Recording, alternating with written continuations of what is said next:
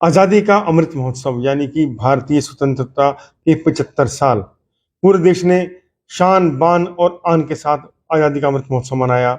हर जगह महोत्सव हुए, आयोजन हुए, धूम मची देश में देशभक्ति की। और अब तिरंगे की धूम पूरे हिंदुस्तान में ऐसी कि अंतरिक्ष से भी तिरंगा शान से देखा जा सकता है।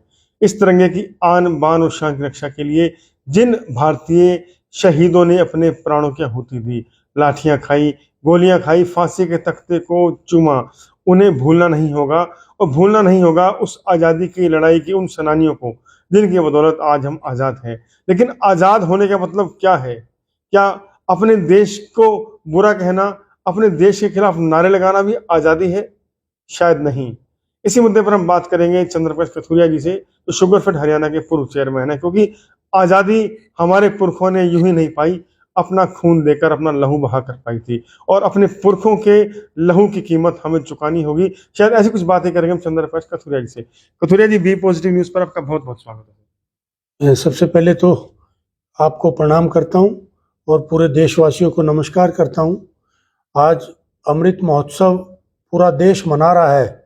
मैं उसके लिए पूरे देश को स्वतंत्रता दिवस की अमृत महोत्सव की हार्दिक शुभकामनाएं देता हूं और सबको ये आग्रह भी करता हूं कि जिस खुशी से वो उल्लास से मना रहे हैं, उस खुशी से उल्लास से और ज़्यादा आगे बढ़ चढ़ कर मनाएं। क्योंकि ये आज़ादी हमें जो मिली है, जैसे हमारे भाई साहब चंद्र जी बता रहे थे कि ये आज़ादी इतनी जल्दी नहीं मिली।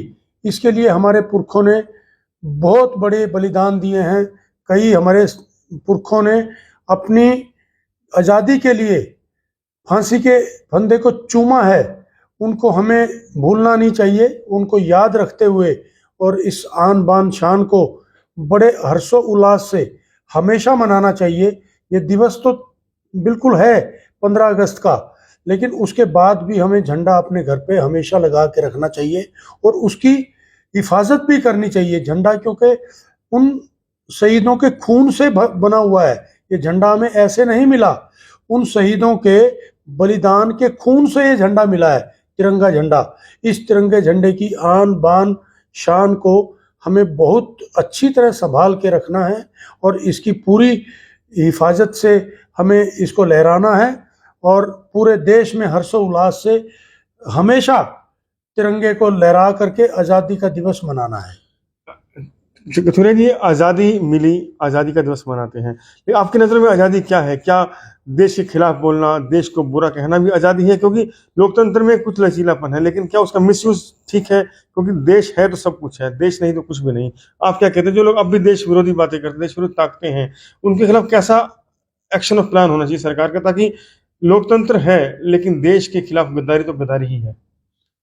देखिए, इस बात को तो कोई भुला नहीं सकता पूरे देश का वासी कि आज़ादी कैसे मिली है। अगर उसका भी कोई मजाक उड़ा रहा है और उसके खिलाफ भी कोई अगर अपशब्द प्रयोग कर रहा है तो उसके खिलाफ कानूनी एक्शन हर हाल में होना चाहिए। और देश की आज़ादी को संभालने के लिए उनको ये अगर भूल है तो उनकी भूल सरकार ही दूर करे कि देश की आज़ादी के लिए कितने लोगों ने बलिदान दिया, कितने लोगों ने अपने परिवार को छोड़ करके इस देश को आज़ाद करने के लिए अपनी फांसी के फंदे को चूम के अपने देश के ऊपर निछावर किया। और फिर भी अगर उनके खिलाफ हम बोल रहे हैं तो मैं तो कहता हूँ ये बड़ी आपत्तिजनक शब्द हैं। ऐसे व्यक्ति को अगर कोई बोलता है, इस पे कानून बनना चाहिए, उसके ऊपर देशद्रोह का मुकदमा दर्ज होना चाहिए। कथुरिया साहब, एक बात और रहती है, जब देश आज़ाद हुआ, हालांकि हमारे पुरखे, हमारे ग्रैंड फादर्स ने वो बंटवारे का दर्द देखा था। बंटवारे में हजारों लोग इधर से, हजारों लोग उधर से मरे, मौत, मतलब दंगे फसाद हुए। लेकिन आज़ादी के बाद भी कहीं ना कहीं दंगे फसाद शब्द नहीं होना चाहिए। अब भी कहीं ना कहीं जब मौका मिलता फिर परस्तों के साथ करते हैं। तो ऐसे लोगों, दंगाइयों को सदगति, सद्बुद्धि मिले, ऐसी गलती ना करें। इसके लिए क्या प्रयास सरकार की ओर से होना चाहिए ताकि देश पर दंगा बहुत बदनुमा दाग बन जाता है? देखिए, वैसे तो पूरा देश इस हर्षोल्लास को बड़े खुशी से मनाता है। कुछ ऐसे प्राणी हैं इस देश में जो अपने स्वार्थ के लिए ये दंगे फसाद की शब्द को प्रयोग करते हैं। उनका स्वार्थ तो अपने सिस्टम से कैसे पूरा होगा ये तो सरकार बताएगी, लेकिन आज़ादी को बड़ा आसानी से नहीं मिला, इस बात को भूलना नहीं चाहिए हमें। तो जी एक सवाल और रहेगा, जब जब देश पर मुसीबत आती है, पूरा देश एक तिरंगा एक ऐसा प्लेटफॉर्म रहता है, तिरंगे नीचे सभी इकट्ठे हो जाए, धर्म हो, जाति, संप्रदाय, सभी तिरंगे के आगे नतमस्तक है। तिरंगा एक तरह से देश को एकता के सूत्र में भी बांधता है। तो आपने कहा कि तिरंगा हमेशा लगाते रहे, लेकिन तिरंगे को संभालना, उसके मान सम्मान की रक्षा करना भी हमारा फर्ज है।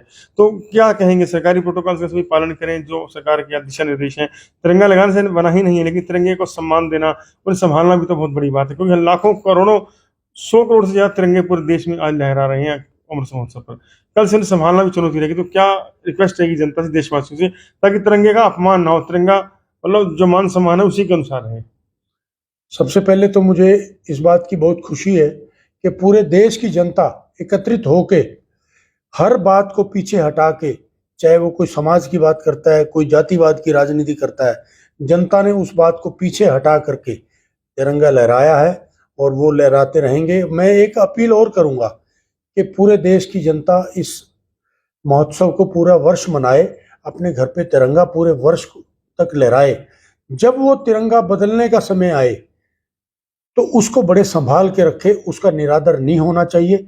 ये भी मैं आग्रह करूंगा, सभी से अपील करूंगा, पूरे देश की जनता उसको बड़े मान सम्मान के साथ रखे और नया फिर दोबारा लहराए और इसी तरह लहराता रहे। तो देखिए, हमारे देश का तिरंगा हमारी शान, हमारे देश का तिरंगा हमारा मान, और हमारे देश का तिरंगा ही हमारा अभिमान। इस तिरंगे का मान सम्मान रखना भी हमारा कर्तव्य बनता है। और चंद्रप्रकाश कथूरिया ने बहुत स्पष्ट कहा, अच्छा कहा कि देश से बढ़कर कुछ नहीं है, और तिरंगा उस देश को एकता के सूत्र में पिरोक रखता है। लेकिन जब तिरंगा पुराना हो जाए, ध्वज पुराना हो जाए, तो उसका अनादर ना हो, ऐसा प्रयास भी करना चाहिए। चंद्र जी, कुछ और आप कहना चाहेंगे इस मुद्दे पर? मैं इस मुद्दे पर सबको एक आग्रह करना चाहूंगा। वैसे तो सबकी अपनी अपनी भावनाएं हैं, मेरी व्यक्तिगत भावना तिरंगे के प्रति जो है वो ये है कि मैं तिरंगे की पूजा अपने भगवान की तरह करता हूँ। और आपने देखा होगा कि हमेशा जहाँ मैं भगवान जी की पूजा करता हूँ वहीं अपने तिरंगे की पूजा करता हूँ। ये देखिए, मेरे भगवान जी का धूप बत्ती है और वहीं पे तिरंगा है। मेरे लिए तिरंगा मेरे भगवान के बराबर है और इष्ट देवता सबसे बड़ा हमारा तिरंगा है, क्योंकि जिसने हमें इस देश के अंदर सांस लेने का मौका दिया वो तिरंगा है। तिरंगा बनाया हमारे शहीदों के खून से है। तो इसका मैं सबको आग्रह करूंगा और पुनः सभी देशवासियों को स्वतंत्रता दिवस की हार्दिक शुभकामनाएं देता हूं और सबको प्रणाम करता हूं। जय हिंद, जय भारत माता। तो देखिए, चंद्रप्रकाश कथूरिया ने कितने जोश के साथ लेकिन संयमित तरीके से बताया तिरंगा उनके लिए क्या है। अगर आप अपने गुरु, अपने भगवान के साथ तिरंगे की पूजा करते हैं तो इससे बड़ा देशभक्ति का सबूत नहीं हो सकता। और देशभक्ति सबूत नहीं मांगती, देशभक्ति भावना मांगती है। देशभक्ति आपके कर्मों को अच्छा मानती है और देश के प्रति आपकी जवाबदेही मानती है। चंद्रप्रकाश कथूरिया का प्रयास है, हम इसको इसलिए दिखा रहे हैं ताकि अगर 2 लाख में से अगर 10 लोग भी इस बात का अनुसरण करते हैं तो निश्चित रूप से बी पॉजिटिव न्यूज का तिरंगे को बहुत बड़ा सल्यूट होगा। आप भी मान सम्मान में रखिए तिरंगे का, और आजादी के अमृत महोत्सव के बाद भी आजादी को आजादी की तरह मनाएं और देश की खुशहाली और उन्नति में अपना सहयोग दें। बी पॉजिटिव न्यूज के लिए चंद्रप्रकाश।